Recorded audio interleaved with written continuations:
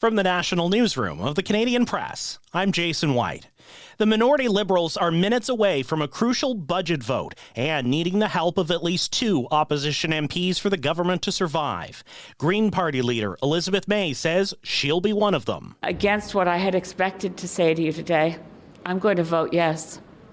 For the country, for the planet, and for my hope in the future. The Liberals can't count on me voting confidence in the government again without delivering on the words I heard.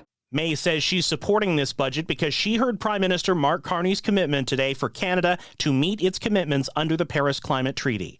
This means Carney now has to secure only one more vote from an opposition MP or for three opposition MPs to not vote at all in order to pass the budget and avoid the possibility of an election. New Brunswick Premier Susan Holt says the premiers had a positive meeting today with the Prime Minister. The main focus of the discussion was the federal budget and progress on tariff talks with the United States. Ontario Premier Doug Ford hints tariff relief is coming in the next week or so for steel and softwood lumber. Most economists think we've seen the end of interest rate changes this calendar year. The latest inflation report today shows inflation cooled to 2.2% in October. But a more muddled picture under the hood has most economists expecting the Bank of Canada to shift to the sidelines at its last interest rate decision of 2025. A new Canadian cancer statistics report says the country's cervical cancer rates are moving in the wrong direction after decades of decreases. The Society's Director of Surveillance, Jennifer Gillis, says that's likely because of a decline in the rate of people getting screened, gaps in follow-up care, as well as lower HPV vaccination rates. Vaccination uptake for HPV has been relatively suboptimal across Canada. And so adopting policies that could help reduce barriers to HPV vaccination can be really powerful. Canada had hoped to eliminate cervical cancer by 2040, but this report indicates that's unlikely to happen.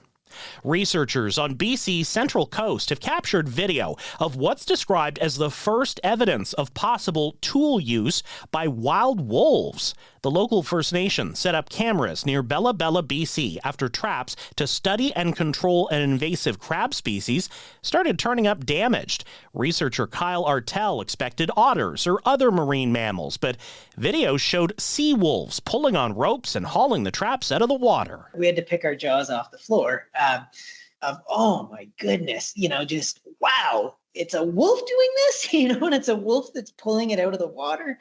Cameras are now trained on the traps 24/7 for researchers to learn more. This is the Canadian Press.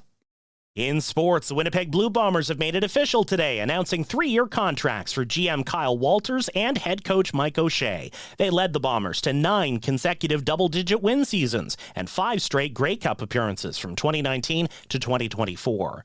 The Ottawa Senators have reacquired defenseman Dennis Gilbert in a trade with the Philadelphia Flyers. The deal sends blue liner Max Gannett the other way. On the ice tonight, Edmonton's in Buffalo. Vancouver visits the Florida Panthers, while Montreal is in Columbus. English-born centre-back Alfie Jones has taken his citizenship oath and will make his debut for Canada tomorrow against Venezuela in Florida.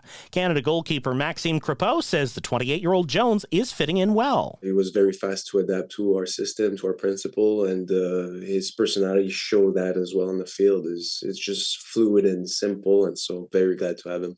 Jones is eligible for Canada through his Alberta-born grandmother. From the Canadian Press, I'm Jason White. Thanks for listening. Don't forget to follow and subscribe. For more of today's top stories, visit thecanadianpressnews.ca.